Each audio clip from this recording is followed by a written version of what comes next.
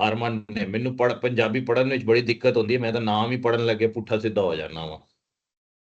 मैंने नाम भी अपना हरमन रखा था है और हिंद पंजाबी में लिखा था। ओके गाइस, वापस आ जाते हैं। आज कोशिश करूंगा मैं हंसाने की, बट अगर ना हंसा पाऊं तो कोई बात नहीं, क्योंकि चीजें जो बोरिंग होती हैं they are most productive.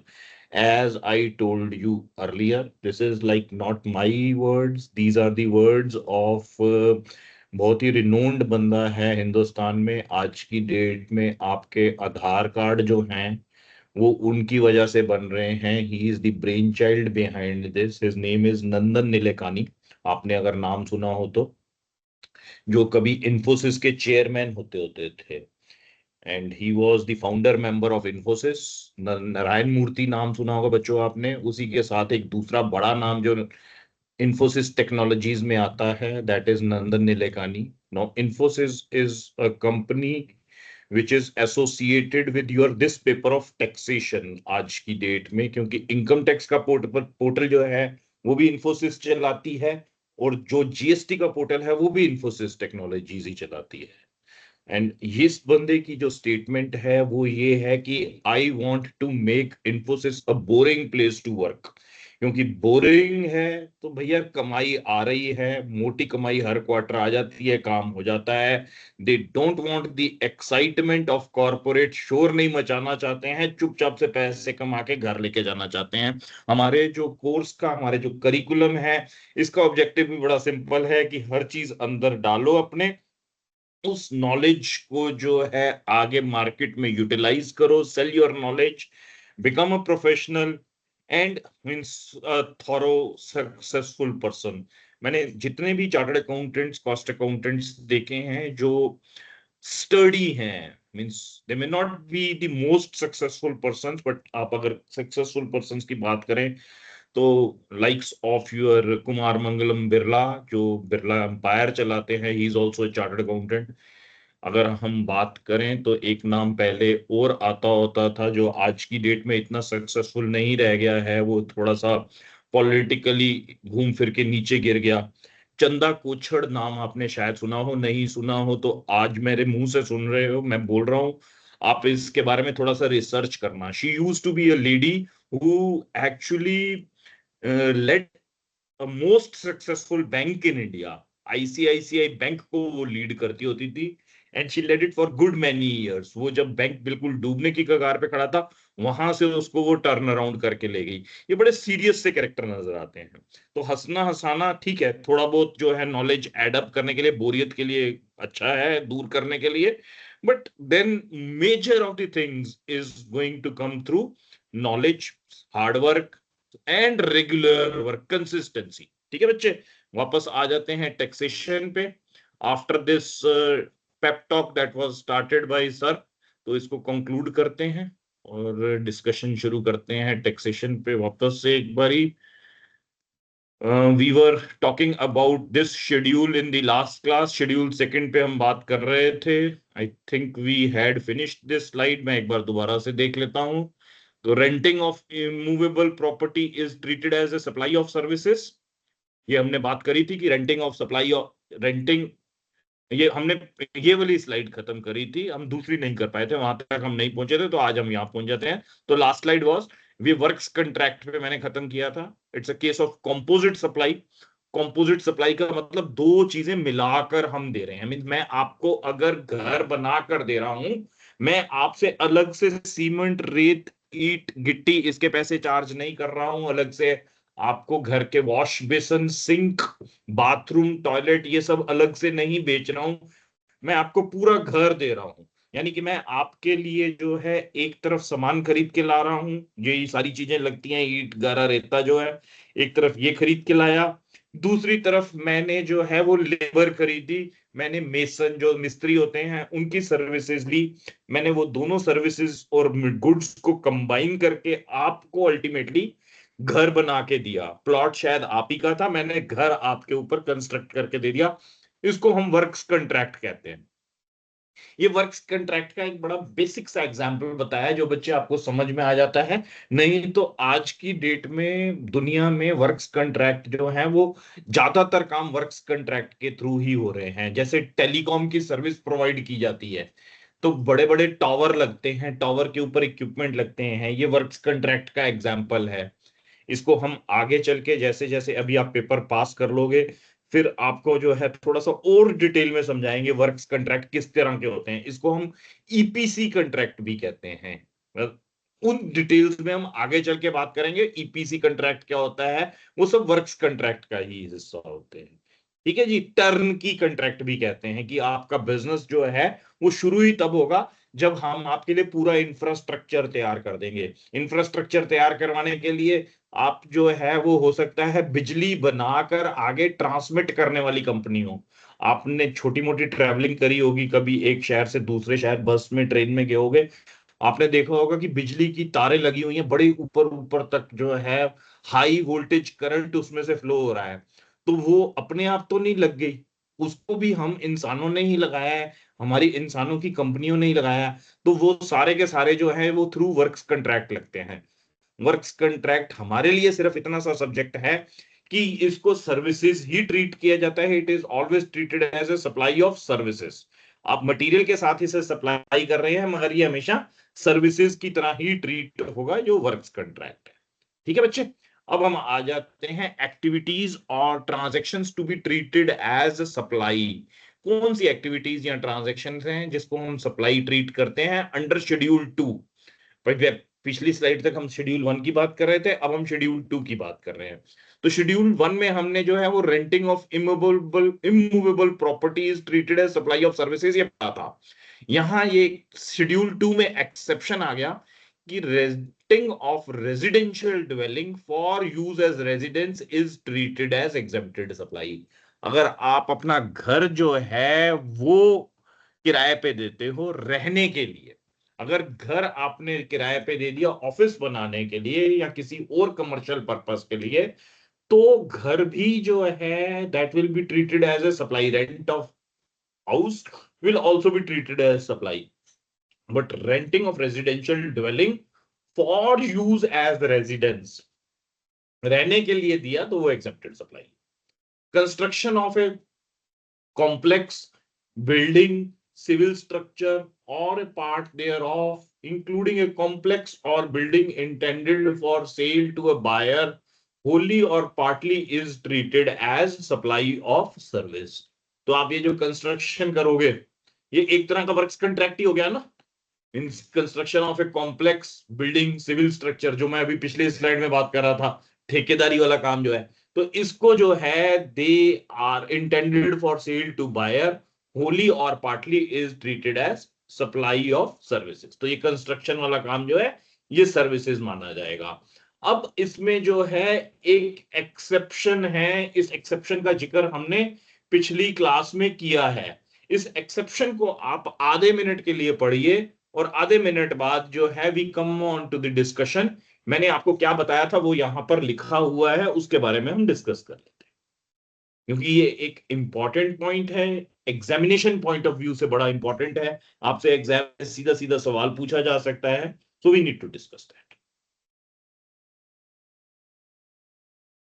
After issuance of completion certificate means, however, where the entire consideration has been received after issuance of completion certificate, where required by the competent authority, or after its first occupation, whichever happens earlier, thus the sale of means ये जो exception है वो ये हो गई।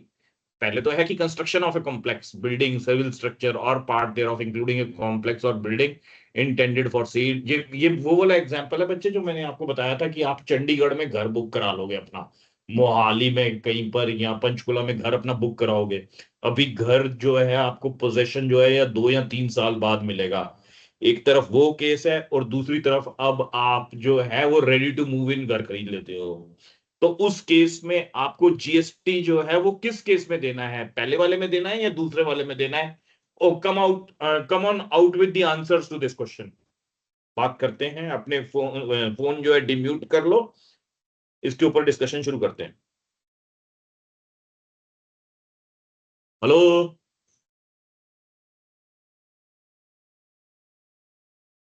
Anybody?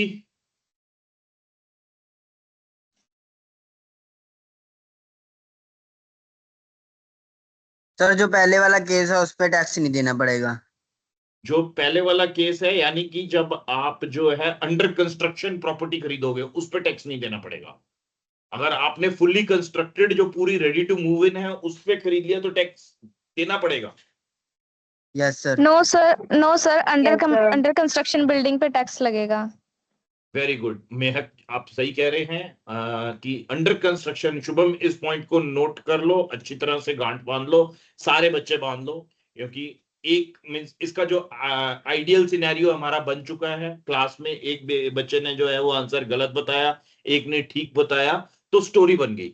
Otherwise हमारे पास story missing थी। मतलब सारे ठीक ठीक बता रहे होते हैं तो कोई फिर लंबा चौड़ा जो है ना वो पॉइंट याद रखने का नहीं रहता। बड़ी अच्छी स्टोरी बन गई है। I hope I am audible, मेरी आवाज आ रही है? Yes sir. Yes, sir. Yes, sir. The story is ready with us. जो अंडर कंस्ट्रक्शन प्रॉपर्टी होगी, अगर आप उसको किश्तों में खरीदोगे, means you are buying it in installments, आप जो है एक तरह से सर्विसेज खरीद रहे हो। जो बंदा जो है उन सर्विसेज को बेच रहा है उसको उस जीएसटी का क्रेडिट लेना है, क्योंकि वो जो है आपको ईंट गारा रेता और सर्विसेज बना के घर बनाने की तैयारी कर रहा है। आपको उसने घर दे नहीं दिया। ठीक है जी। तो यहां पर जो है जो पॉइंट जो है, the point that it ultimately comes up with is कि what is the last point जहां पे वो माना जाएगा।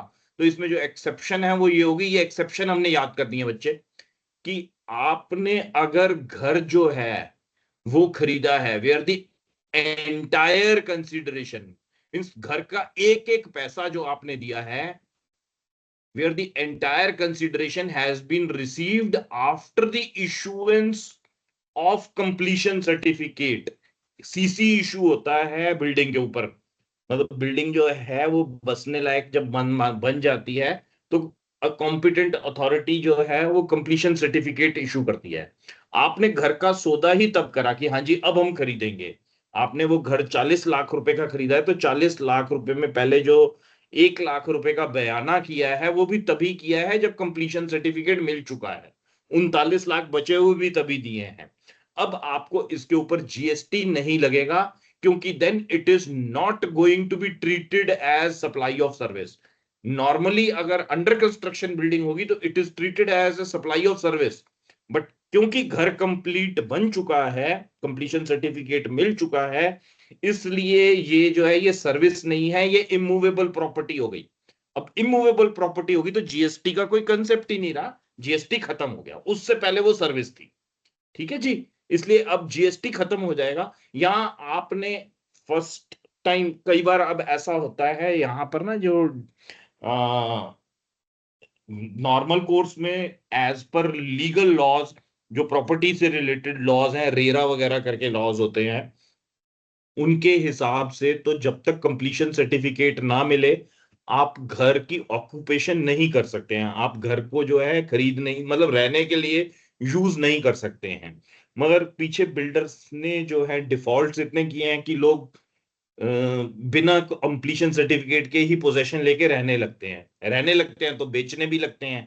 तो अब दूसरा पॉइंट यहां पर ये आ गया कि आफ्टर इट्स फर्स्ट ऑक्यूपेशन, पहली बार घर ऑक्यूपाई हो गया, उसके बाद अगर मतलब वो बंदा रह गया, एक भी दिन के लिए रह गया, उसके बाद उसने बेच दिया।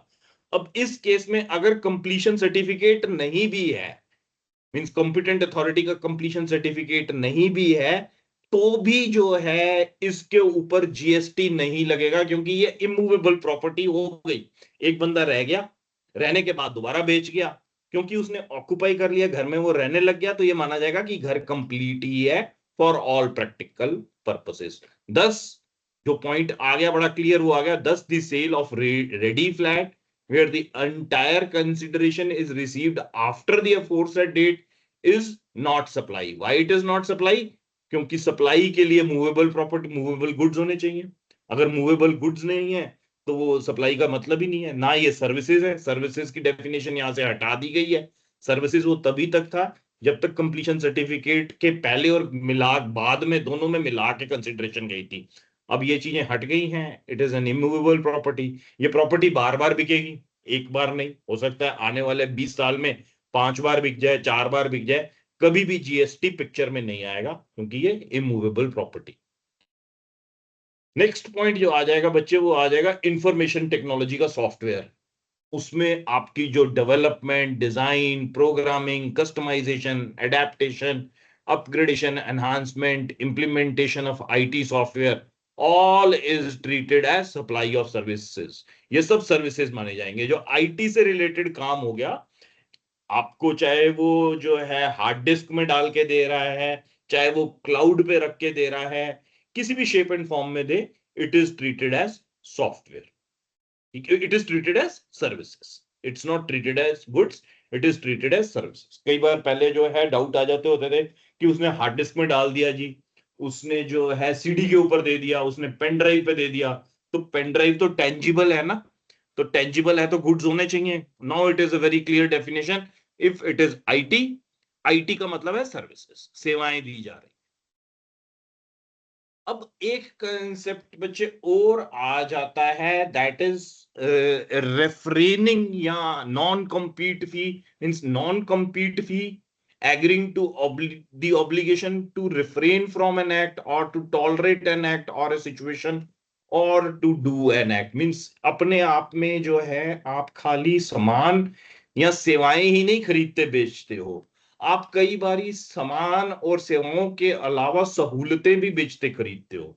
Now, what kind of सामान और सहूलतें if I talk to you are about, they are मान के चलिए बच्चे कि आपने जो है एक बिल्डिंग बनाई है।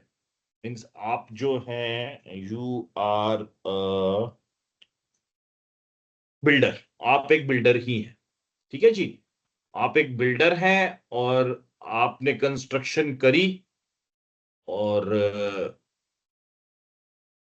आपने कंस्ट्रक्शन जब करी तो आप जो है जितना बड़ा प्लॉट का साइज था आपका, उसके हिसाब से आप जो है 25-25 मंजिलों के जो है 4 टावर बना सकते थे। मैं क्या बोल रहा हूं समझ में आ रही है? 4 टावर कंस्ट्रक्ट कर सकते थे, 4 बिल्डिंग खड़ी कर सकते थे अपनी बिल्डिंग, अपने ही प्लॉट के ऊपर। और जो 4 टावर हैं, 4 टावर में आपके 25 मंजिला इमारतें बन सकती थी। मीन्स मान लो कि एक टावर के अंदर एक ही फ्लैट है, ईज के लिए मैं बोल रहा हूं ताकि मैथमेटिक्स हमारा सिंपल रहे। अगर हमारी जो है वो 25 मंजिलें बन सकती थी तो 25 चौका 100 फ्लैट बना के हम बेच सकते थे।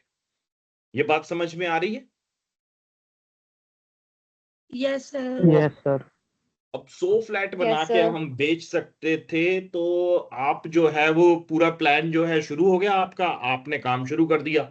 अब यहां पर आपको जो है एक साथ में जो प्लॉट है, एक बाजू में एक प्लॉट है आपके साथ ही, उस बंदे ने, एक बिजनेसमैन ने आपको अप्रोच करा कि सिंह साहब आपसे बात करनी है, आपके फ्लैट सारे बिक गए। आपने बताया कि फ्लैट जो है अभी सारे नहीं बिके हैं बट 50% सेल आउट हो चुका है, नीचे की सारी मंजिलें बिक चुकी हैं, मगर ऊपर की अभी मुश्किल है और हो रही है क्योंकि नया शहर है चंडीगढ़। बॉम्बे में तो बड़ा अच्छा कल्चर है कि वहां तो 70 मंजिलें, 100 मंजिलों की भी बिल्डिंगें हैं। दुबई भी, अभी हिंदुस्तान नहीं बना है, दुबई चले जाओ तो वहां पर तो 100-125 मंजिलों की बिल्डिंग है। दिल्ली में भी नहीं है अभी, मगर दिल्ली में भी 25-30 मंजिलों वाली इमारतें हैं जो बिकनी शुरू हो गई हैं, गुड़गांव, नोएडा में भी। मगर चंडीगढ़ में अभी मैंने शुरू तो कर दिया, मगर यहाँ अभी रिस्पॉन्स ठंडा है। तो उसने कहा कि क्या कीमत रखी है आपने?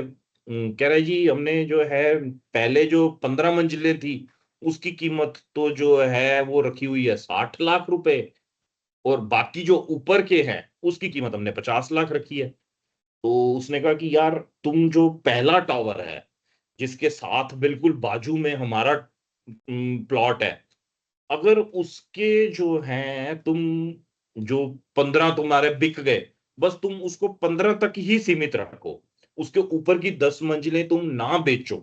जो 10 मंजिलें तुम प्लान कर रहे हो ना हमने बेचनी है, बिक तो जाएंगी अल्टीमेटली, और 10 मंजिलें जो बिकेंगी तो तुम्हें 4 करोड़ रुपए मिल जाएंगे, 40 लाख इंटू 10, 4 करोड़ रुपए हो गए। तो वो अगर तुम ना बेचो तो मैं तुमको 5 करोड़ रुपए देने को तैयार हूं। मतलब तुम वहां पर जो है बिल्डिंग ऊपर की बनाओगे ही नहीं। देखो ये कैसा एग्रीमेंट है? तो कह रहे कर लेते हैं ये एग्रीमेंट कि तुम्हारा जो है बस 15 मंजिल तक ही जो है वो रहेगी, 15 मंजिल के ऊपर हमेशा जिंदगी भर खाली रहेगा। कह रहे आपको क्या फायदा होएगा? कह रहे जी हमको जो है हमारा जो साथ वाला टावर जिसमें हम बनाना चाह रहे हैं, वहां पर सूरज जो है वो आपकी तरफ से आता है। अगर वो टावर नहीं बनेगा, आपका 15 मंजिल तक ही बनेगा, तो मेरी बिल्डिंग जो है वो पूरी तरह रोशन रहेगी, वहां पे हवा भी अच्छी आएगी, वहां पे रोशनी भी अच्छी आएगी। मैं अपने जो फ्लैट है उस टावर के, उनको अच्छी कीमत पे बेच सकता हूँ। मेरा सिर्फ इतना सब है। तो कॉमन सेंस है, मीन्स इस ये चीज जो है ये लॉजिकल लग रही है या नहीं लग रही है? Yes sir. ये लॉजिकल लग रही है। उसने कहा ठीक है जी, 5 करोड़ रुपए में सौदा हो गया। अब ये जो 5 करोड़ रुपए जाएंगे, आपके हिसाब से इस 5 करोड़ रुपए के ऊपर क्या जीएसटी लगेगा? क्योंकि 4 करोड़ रुपए के अगर फ्लैट बिकते और at the time of under construction ही बिक जाते, जब अभी जो है टावर बना नहीं होता, अंडर कंस्ट्रक्शन ही होते, तो ये जो 4 करोड़ के टावर के फ्लैट बिकते, 10 फ्लैट बिकते 40-40 लाख रुपए के, उसके ऊपर जीएसटी लगता। सप्लाई थी वो, ठीक है ना। अगर वो बनाने के बाद बिकते, कंप्लीशन सर्टिफिकेट लगाने के बाद बिकते तो नहीं मिलता। अगर बनाते हुए बिक जाते तो उस 40 लाख रुपए के ऊपर जीएसटी आता प्रॉपर से। अब इस केस में क्या होगा? आपने 5 करोड़ रुपए में ये बेच दिया कि भाई हम टावर के ऊपर जो है कुछ नहीं बनाएंगे, हम 15 मंजिला टावर ही कर देंगे, 25 से 15 कर देंगे, इसे कोई दिक्कत नहीं, क्योंकि आपको सहूलियत हो रही है। आप उस सहूलियत के लिए हमको पैसे देने को तैयार हैं, तो हम जो है वो 10 फ्लैट नहीं बनाएंगे। बट मैं फ्री में क्यों नहीं बनाऊंगा? मेरे को तो इसके 4 करोड़ मिलने थे। वो कह रहा है मैं तेरे को 1 करोड़ फालतू दे रहा हूं, तो मैं नहीं बनाऊंगा। अब इसके ऊपर क्या जीएसटी लगेगा? इस 5 करोड़ रुपए की कंसिडरेशन के ऊपर, इस 5 करोड़ की कंसिडरेशन के ऊपर जो जीएसटी आएगा वो आएगा इस डेफिनेशन से, एग्रीइंग टू द ऑब्लिगेशन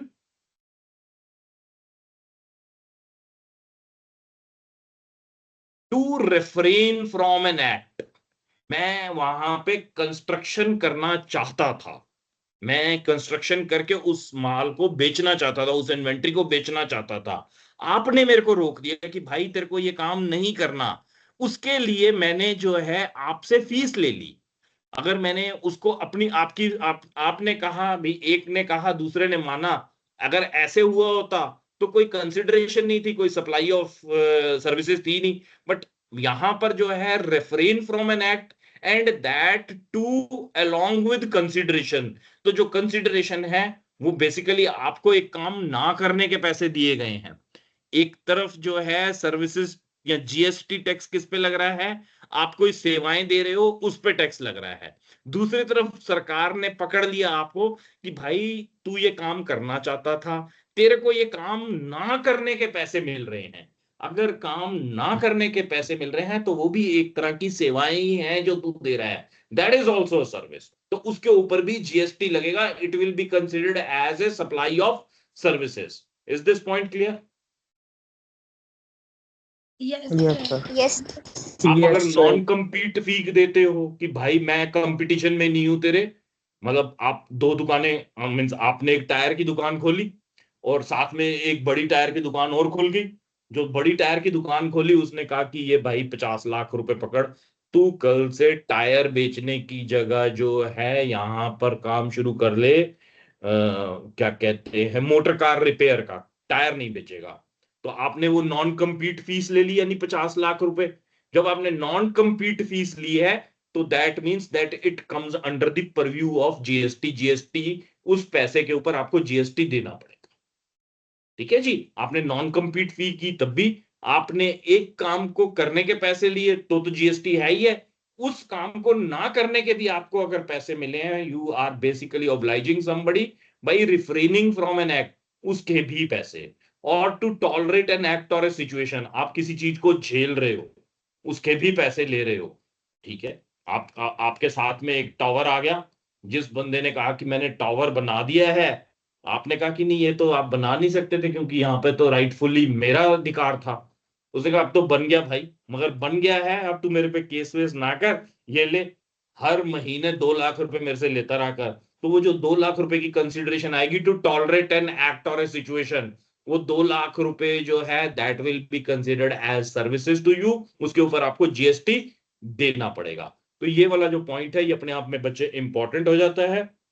अगर किसी को इसमें नहीं कोई पॉइंट समझ में आया, हम डिस्कस कर सकते हैं। अगर कहीं आगे चल के भूल जाते हो तो भी हम डिस्कस कर सकते हैं। अपने मन में नहीं रखनी है ये बात। whensoever there is any doubt feel free to ask। कोई हेजिटेशन आए, शर्म आए, वैसे तो आनी नहीं चाहिए। हम स्टूडेंट्स हैं यहाँ पर, आप भी स्टूडेंट्स हैं, और सबसे बड़ा स्टूडेंट आप में मैं हूं, क्योंकि जब मैं आपको पढ़ाता हूं तो मैं भी सीख रहा होता हूं। तो आपने जो है इमीडिएटली उसी टाइम कॉल आउट कर देना कि भाई ये पॉइंट नहीं समझ में आया। आप कॉल आउट करोगे, उस टाइम की हेजिटेशन जो है उसको साइड में रखोगे, आप आगे चल के जो है अच्छे खासे जो है मार्क्स लेकर आओगे। बस उतना ही सही एडवांटेज मिलना है आपको, इससे ज्यादा थोड़ा ना मिलना है। मार्क्स लेकर आओगे, कॉस्ट अकाउंटेंट बन जाओगे, अच्छी नौकरियां लग जाएंगी, आगे बढ़ जाओगे जीवन में। ठीक है बच्चे। Now next comes the negative list कि क्या क्या एक्टिविटीज हैं जो ना तो सप्लाई है, ना सप्लाई ऑफ गुड्स है, ना सप्लाई ऑफ सर्विसेज है, यानी कि इसके ऊपर जीएसटी नहीं लगेगा। कुछ कुछ बोलना चाह रहे थे?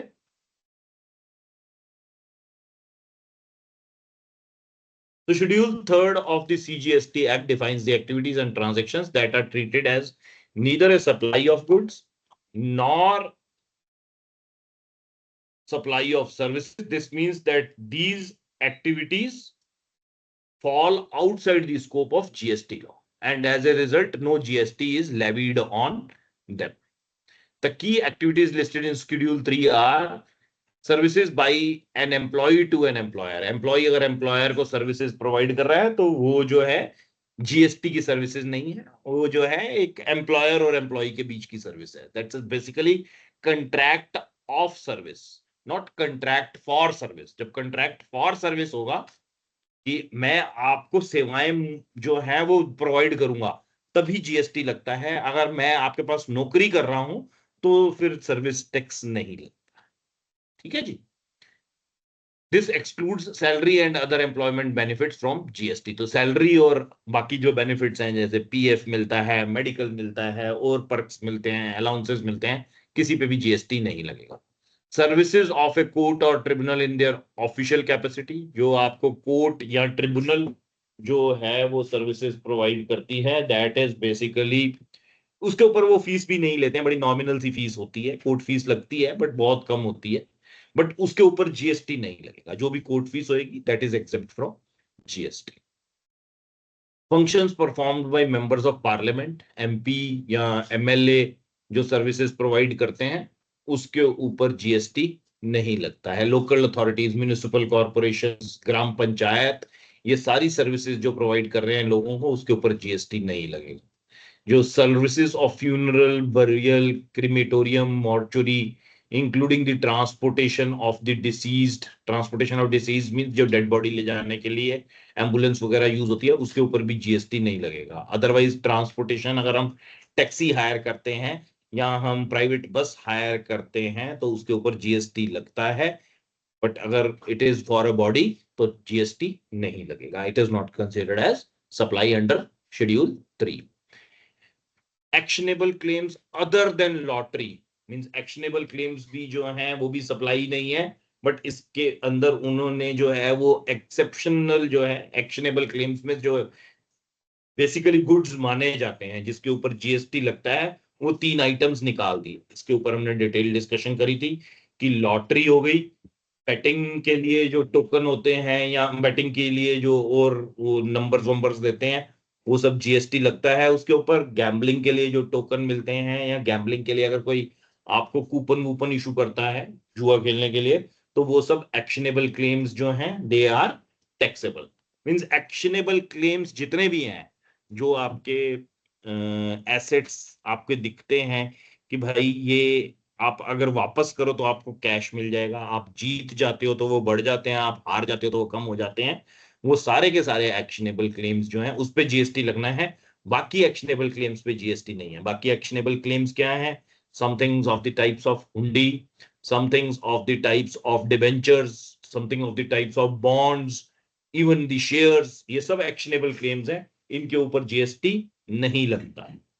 Supply of goods from a non-taxable territory to another non-taxable territory without the goods entering India, तो इसके ऊपर भी जीएसटी नहीं लगना है। अब ये कौन से होते हैं? एक सेकंड, एक फोन सुन लूं, उसके बाद मुझे जरा ये मुझे आप समझाओ। हाँ जी सर।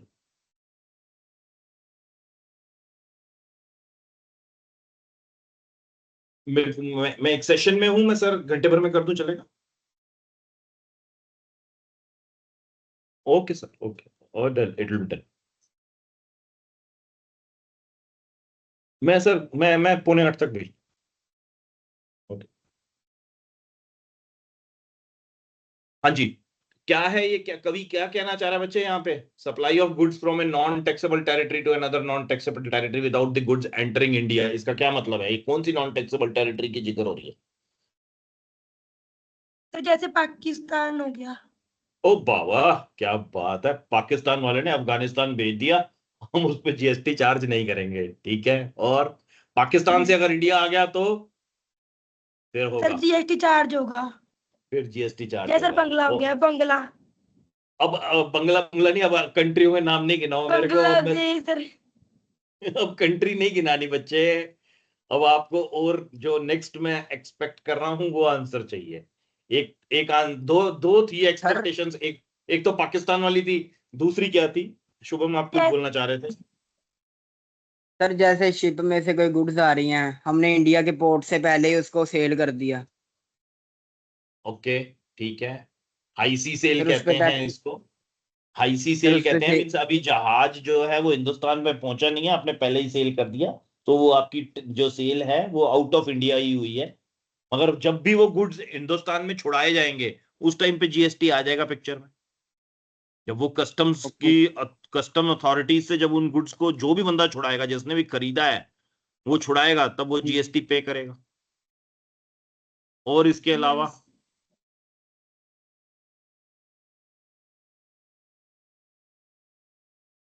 स्पेशल इकोनॉमिक जोन क्या होता है? SEZ पढ़ा, बताया था ना पिछली क्लास में, यस सर। क्या था? What was SEZ?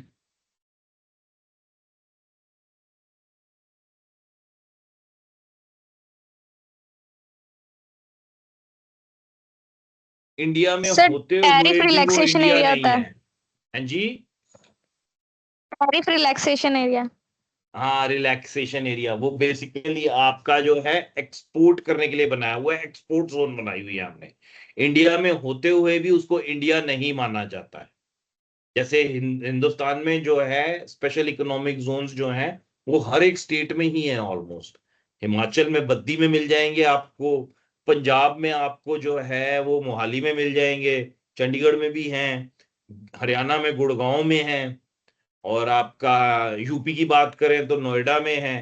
यहाँ सब में जो है आपके जो है स्पेशल इकोनॉमिक जोन्स बने हुए हैं। आप एक कंपनी बना लेते हो, आप अपनी फॉर्मेलिटीज पूरी करते हो कि हम जी अपना जो है वो सब कुछ एक्सपोर्ट करेंगे, मगर एक्सपोर्ट करने से पहले हमको कुछ पार्ट्स इंपोर्ट भी करने पड़ेंगे, तो इसलिए हमको जो है वो स्पेशल इकोनॉमिक जोन का दर्जा दे दिया जाए। आप रिक्विजिट फीस पे करने के बाद अपने आप को as a special economic zone register करवा सकते हो। तो ये स्पेशल इकोनॉमिक जोन होती है। तो स्पेशल इकोनॉमिक जोन की बात कर रहे हैं यहां पर जो है, when they are talking about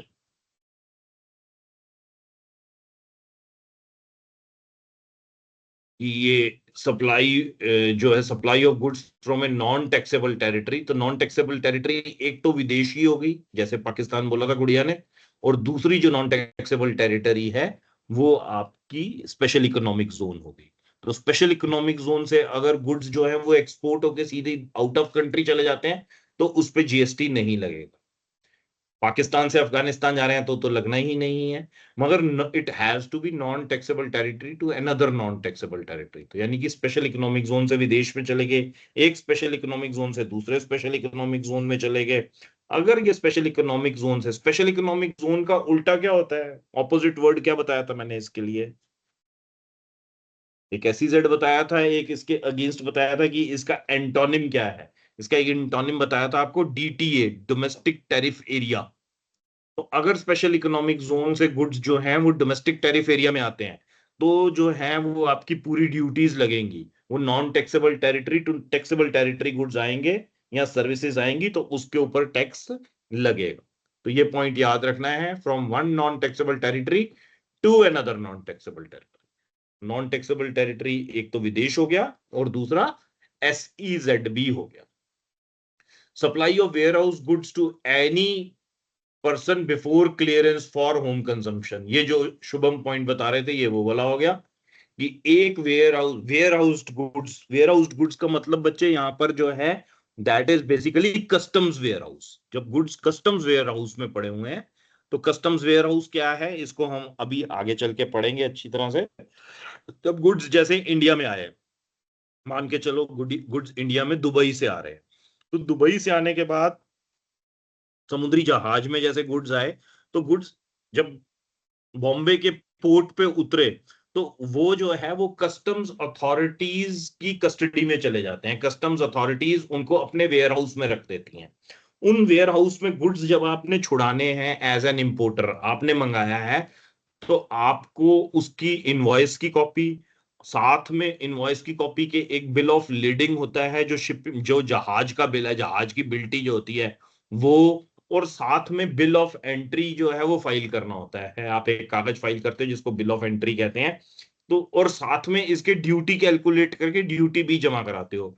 ये चार चीजें जब आप कर देते हो तो फिर गुड्स आपको रिलीज कर दिए जाते हैं। मगर अगर आपके गुड्स अभी वेयर हाउस में पड़े हुए हैं और आपने उनको अभी होम कंजम्पशन के लिए क्लियर नहीं कराया है, आपने वहां पड़े पड़े ही गुड्स बेच दिए, तो फिर उसके ऊपर जीएसटी चार्ज उस पॉइंट ऑफ टाइम पे नहीं होगा। जीएसटी कब लगना है, when the goods are cleared for home consumption. जब आप होम कंजम्पशन के लिए गुड्स बाहर निकाल रहे हो तब जीएसटी लगेगा। उससे पहले आप उनको 50 बार बेच दो, जीएसटी नहीं लगेगा। कोई वैल्यू एडिशन जितनी मर्जी कर दो, उस पर जीएसटी नहीं लगेगा। ठीक है जी, ये पॉइंट क्लियर हो गया। Supply of warehouse goods to any person before clearance of for home consumption. जैसे ही होम कंजम्पशन के लिए खोलोगे, निकालोगे उसे, इमीडिएटली जीएसटी ले लेंगे और पूरी वैल्यू पे ले लेंगे। सरकार को कोई फर्क नहीं पड़ता कि तुमने 100 रुपए करके जीएसटी पे करा या सीधा 1000 रुपए पे करा, उन्होंने तो लास्ट में टोटल वैल्यू पे जो है वो जीएसटी ले लेना। Supply of goods by a consignee to another person by endorsing documents of title after the goods have been dispatched from an overseas port before they are cleared for home consumption, often referred to as high sea sales, जिसको मैंने आगे बोला था कि अभी जो है goods जो हैं वो समुंदर में है और रास्ते में ही बेच दिए। बेचे कैसे, गुड्स जो हैं आपने बेचे बाय एक्सचेंज ऑफ, जो आपकी बिल्टी है, जहाज की जो बिल्टी है, उसको आपने, एक बंदे ने दूसरे बंदे को कह दिया कि ये ले भाई, कल तक ये सामान मेरे नाम पे आ रहा था, आज ये तू ले ले, तू माल छुड़वा लियो समुंदर से, मतलब जो कस्टम्स अथॉरिटीज के पास पहुंचेगा वहां पे गुड्स रिलीज आप करवा लेना, ड्यूटी आप पे कर देना।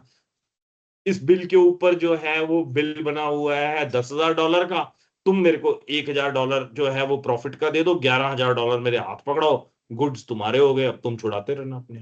तो गुड्स वो छुड़ाएगा, कोई दिक्कत नहीं है, उसके ऊपर जो है वो जीएसटी पे करेगा, बट वो जब छुड़वाएगा उस टाइम पे करेगा। इस ट्रांजैक्शन के ऊपर कोई जीएसटी नहीं लगेगा, because this is a high sea sales. High sea sales पे जीएसटी नहीं लगता। एनी डाउट्स हियर स्लाइड में? No sir. इंपॉर्टेंट हो जाती है बेटा एग्जामिनेशन पॉइंट से। शेड्यूल 1, शेड्यूल 2, शेड्यूल 3 तीनों याद करने वाली, रट्टा मारने वाली स्लाइड्स हैं। इसके ऊपर अच्छा खासा टाइम हमने लगाया है आपको समझाने के लिए, आपने अच्छा खासा टाइम लगाया है खुद इसको समझने के लिए। So I want bit of more focus on this. Means अगर हम जो प्री टेस्ट लेंगे तो definitely expected question and even expected question in your final exams, जिसको आपने पास करना है, मेन ऑब्जेक्टिव वो है। अब हम नेक्स्ट पॉइंट पर आ जाते हैं बच्चे। This is again very important. ये भी आपके लिए एक कंसेप्ट है जिसके साथ जो है आपकी आगे की कई डिस्कशंस जो हैं वो इन दो सेक्शंस के साथ रहनी है। One is section 8A and second is section 8B। 8A जो है ये आपसे बात करता है कंपोजिट सप्लाई की, और 8B जो है ये आपसे बात करता है मिक्स्ड सप्लाई की। तो कंपोजिट सप्लाई क्या होती है? कंपोजिट सप्लाई जो है that is basically those items which are actually put together, they are sold together। उन दोनों का जो है वो चोली दामन वाला साथ होता है। मतलब एक चीज जो है वो दूसरी चीज के बिना बिक ही नहीं सकती है। जैसे आप अगर बात करते हैं कंप्यूटर की, तो कंप्यूटर जो है मींस अगर मैं हार्ड उसकी बात करूं जो आपका डेस्कटॉप होता है, तो डेस्कटॉप जो है वो बिना मॉनिटर के बेकार है। आप जो है एक नीचे एक डब्बा अलग होता है और जिसके ऊपर आप जो है वो पिक्चर देखते हो, जिसपे आपकी एक्सेल फाइल खुलती है या आपका इंटरनेट आपको विजिबल होता है। ये सारी वो दो मशीनें अलग अलग है। One is known as monitor, the other is known as central processing unit, CPU होता है। मगर वो दोनों मिला के ही कंप्यूटर होते हैं। अगर अब आपका कोई कहे कि मॉनिटर के ऊपर जो रेट है वो तो 5% जीएसटी है, और अगर आपका जो सीपीयू है इसके ऊपर जो जीएसटी का रेट है दैट इज 12%। तो आप जब कंप्यूटर खरीदने जाओगे, तो आप कंप्यूटर खरीद रहे हो तो it's basically CPU that you are buying. तो ये कंपोजिट सप्लाई के अंदर वो क्या कह देता है कि आपकी प्रिंसिपल सप्लाई कौन सी है। मींस आप खरीद क्या रहे हो? आप मॉनिटर नहीं खरीद रहे हो, आप कंप्यूटर खरीद रहे हो। तो कंप्यूटर जो है that is basically your CPU. CPU is the principal supply. Computer खरीदने का मतलब है आप सीपीयू खरीद रहे हो। तो जो आपके सीपीयू का जीएसटी का रेट है, जो भी जीएसटी रेट आपके प्रिंसिपल आइटम के ऊपर है, that will be treated as supply of such principal supply. Means it shall be treated as supply of such principal supply. आपके सीपीयू की सप्लाई मानी जाएगी। मॉनिटर तो उसमें साथ में एक छोटी सी आइटम है जो आ रही है। लाइकवाइज जब आप कंप्यूटर खरीद रहे हो तो साथ में माउस ले रहे हो। माउस भी आप समझते हो कि कंप्यूटर के साथ ही आता है। आप कीबोर्ड ले रहे हो, कीबोर्ड भी आप यही समझते हो कि ये भी सीपीयू मतलब कंप्यूटर का ही हिस्सा है। अगर इनके ऊपर जीएसटी रेट अलग से भी होगा तो भी it will be treated as if कि जो सीपीयू का रेट है। प्रिंसिपल सप्लाई क्या है? सीपीयू प्रिंसिपल सप्लाई है। कंप्यूटर जो है वो प्रिंसिपल सप्लाई है, कंप्यूटर जो है वो सीपीयू है। तो प्रिंसिपल सप्लाई का जो जीएसटी का रेट है हर एक आइटम के ऊपर, may that be monitor, may that be cords जो वायर्स होती हैं साथ में कनेक्टिंग वायर्स, उन सब के ऊपर जो रेट लगेगा वो सीपीयू वाला ही लगेगा। एक एग्जांपल और अलग से मान लेते हैं। आप एक मोबाइल फोन खरीद के लाते हो, मोबाइल फोन के ऊपर मान लीजिए जो जीएसटी का रेट है वो 12% है। आप इसके साथ जो है एक चार्जर जो है, आजकल चार्जर आना बंद हो गया है, पहले चार्जर मोबाइल के साथ ही मिलते होते थे। मगर अगर आप चार्जर जो है वो अलग से खरीदते हो, तो अलग से चार्जर के ऊपर जीएसटी का रेट मान लीजिए कि 18% है। मोबाइल फोन के ऊपर 12 है, चार्जर जो है उसके ऊपर 18 है। मगर जो मोबाइल फोन जब आपने खरीदा तो प्रिंसिपल सप्लाई मोबाइल फोन हो गई। जो चार्जर आपको उसने साथ में दे दिया है उसकी अलग से इनवॉइस भी बनाई है, तो भी वो मोबाइल फोन का ही हिस्सा है। उसके ऊपर जीएसटी रेट वो 18 नहीं लगाएगा। इन दोनों आइटम्स के ऊपर मींस आपका फोन जो है 10,000 रुपए का है, साथ में उसने चार्जर जो है 10,000 के साथ 300 रुपए का चार्जर आपको दिया है, तो उस 10,300 रुपए के ऊपर वो जो जीएसटी लगाएगा वो 12% ही लगाएगा। इस वजह से सिर्फ कि चार्जर के ऊपर जीएसटी 18 लगा सकता है, वो 18% उस पर चार्ज नहीं करेगा, because it is a case of composite supply. और कंपोजिट सप्लाई में प्रिंसिपल सप्लाई जो है वो मोबाइल फोन। तो कंपोजिट सप्लाई, प्रिंसिपल सप्लाई, ये दो वर्ड्स हैं जो आपको समझने हैं, याद रखने हैं। वैसे ही और एग्जांपल्स भी हो सकते हैं, ये टेक्नोलॉजी के साथ समझाने वाले थे। इनके ऊपर रेट जो है जीएसटी के ये अलग अलग भी नहीं है, ये सिर्फ मैं एक हाइपोथेटिकल बात कर रहा था। हाइपोथेटिकल से थोड़ा सा अब रियल टाइम पे आ जाते हैं। हम होटल की बात करते हैं। आप जब होटल में रहने जाएं तो आपको वो स्टे के ऊपर जो जीएसटी का रेट लगाते हैं, मींस आप अगर रात होटल में जो है रहें तो आपके ऊपर वो जो जीएसटी का रेट लगाते हैं वो 18% का लगाते हैं कि सर्विस टैक्स टाइप्स है जी, ये 18% लगेगा, GST is at the rate of 18%। वहीं अगर आप रेस्टोरेंट में खाना खाने जाएं तो उसके ऊपर जो जीएसटी का रेट लगता है वो बच्चे लगता है 5%। अब आपको जब होटल में कमरा मिलता है ना रहने को, तो उसके साथ सुबह का ब्रेकफास्ट जो है वो कॉम्प्लीमेंट्री होता है, मुफ्त में मिलता है। वैसे तो जीवन में मुफ्त में कुछ भी नहीं मिलता। मीन्स ये यही बात हुई ना कि अगर आपने जो है वो कमरा 5,000 रुपए का लिया है, तो उसमें उसने 500 रुपए आपके ब्रेकफास्ट के साथ ही चार्ज कर लिए होंगे कि 4,500 का कमरा होएगा, 500 रुपए उसने ब्रेकफास्ट के भी चार्ज कर लिए, क्योंकि there are no free lunches, कहीं पे भी मुफ्त में कुछ नहीं मिलता। आप अगर जो है सोचे कि शायद इंडिया में गुरुद्वारों में मंदिरों में यहाँ कहीं मुफ्त में मिलता है, तो मुफ्त में वहां पे भी कुछ नहीं मिलता। वो सब के सब जो है रेवेन्यू पॉजिटिव हैं ऑर्गेनाइजेशंस, तो कहीं पे भी मुफ्त में कहीं कुछ नहीं मिलता, ना हमें मिला है ना आपको कभी मिलेगा, ध्यान रखें। खुद कमा के खाना है। मगर अगर जैसे ये तो होटल वाले क्यों देने लगे, मतलब वो 5,000 रुपए आपसे कमरे के रात के ले रहे हैं, तो 500 रुपए उसने पहले ही ब्रेकफास्ट के उसमें रख लिए होंगे या 700 ब्रेकफास्ट के रख लिए होंगे और बाकी कमरे के चार्जेस होंगे। बट वो जब बिलिंग करेगा, इनवॉइसिंग करेगा आपको, तो वो 5,000 रुपीज फॉर दी रूम करेगा कि 5,000 रुपए का उसने आपको कमरा दिया है। अब खाने के ऊपर जीएसटी का रेट 5% है, रहने के ऊपर जीएसटी का रेट 18% है। बट क्योंकि प्रिंसिपल सप्लाई जो है that is your night stay, आप जो रात रुके हैं, that is the service that they have given to you. So the entire bouquet, वो सारी की सारी जो सर्विस है आपकी, जो रेस्टोरेंट वाली सर्विसेज है, वो भी प्रिंसिपल सप्लाई में ही मानी जाएगी, वो भी रूम के ही स्टे में मानी जाएगी। अलग से 700 या 500 रुपए उसने कॉल आउट ही नहीं करे, उसके ऊपर अलग से जीएसटी भी नहीं लगेगा कि हम इस पे 5 लगा लेते हैं, वो सबके ऊपर आपको 18 लगा देगा। सो प्रिंसिपल सप्लाई, अगर it is a case of composite supply, यानी सेक्शन 8A का केस है, तो सेक्शन 8A के केस में एक प्रिंसिपल सप्लाई है और बाकी जो है उसको हम कह सकते हैं रिसेसिव सप्लाई। अगर आपने एक देखी, वो डोमिनेंट होती थी एक वर्ड, और डोमिनेंट के साथ दूसरा जो है वो रिसेसिव होता था। ये प्रिंसिपल है और प्रिंसिपल के साथ दूसरी रिसेसिव या सप्लीमेंट्री सप्लाई है। तो सप्लीमेंट्री सप्लाई का रेट ज्यादा हो या कम हो, मींस ये जैसे अब हम बात कर रहे थे चार्जर की, तो चार्जर के ऊपर जीएसटी का रेट हम हाइपोथेटिकली बात कर रहे थे 18% है, कंप्यूटर के ऊपर 12% है। तो कंप्यूटर का ही रेट जो है वो एक्सेसरीज पे लगेगा। मॉनिटर अगर 18% पे आता है तो 18 नहीं लगाएंगे उस पे, हम जो कंप्यूटर का है भाई वही 12 लगाएंगे। बट आपका at the same point of time खाने का जो है वो 5% है, मगर रूम का जो है 18% है। अब प्रिंसिपल सप्लाई रूम है, तो आपको खाने पे भी 18 ही देना पड़ेगा, खाना अलग से कॉल आउट ही नहीं किया जाएगा, that will be part of the principal supply only. It is a natural bundle, often delivered concurrently. Concurrently का मतलब साथ साथ, जैसे हमने याद हो कि कॉन्करेंट पहले वर्ड कहाँ यूज किया था, कॉन्करेंट पावर्स जो हैं वो स्टेट और सेंट्रल की दोनों की हैं जीएसटी की जो रेट्स डिसाइड करने के लिए कि जीएसटी का रेट कितना होना चाहिए। तो लेजिस्लेटिव पावर्स जो है, जो कॉन्स्टिट्यूशनल पावर्स हैं, वो कॉन्करेंट है इनकी। नहीं तो एक स्टेट लिस्ट होती है, एक यूनियन लिस्ट होती है और तीसरी कॉन्करेंट लिस्ट होती है। वैसे ही ये कॉन्करेंट वर्ड जो है दैट इज जो समान है आपको वो कॉन्करेंटली एक साथ डिलीवर किया जा रहा है कि you stay in the room and in the morning you get a breakfast without any extra price to be paid. They are inseparable, उसको आप अलग अलग नहीं कर सकते।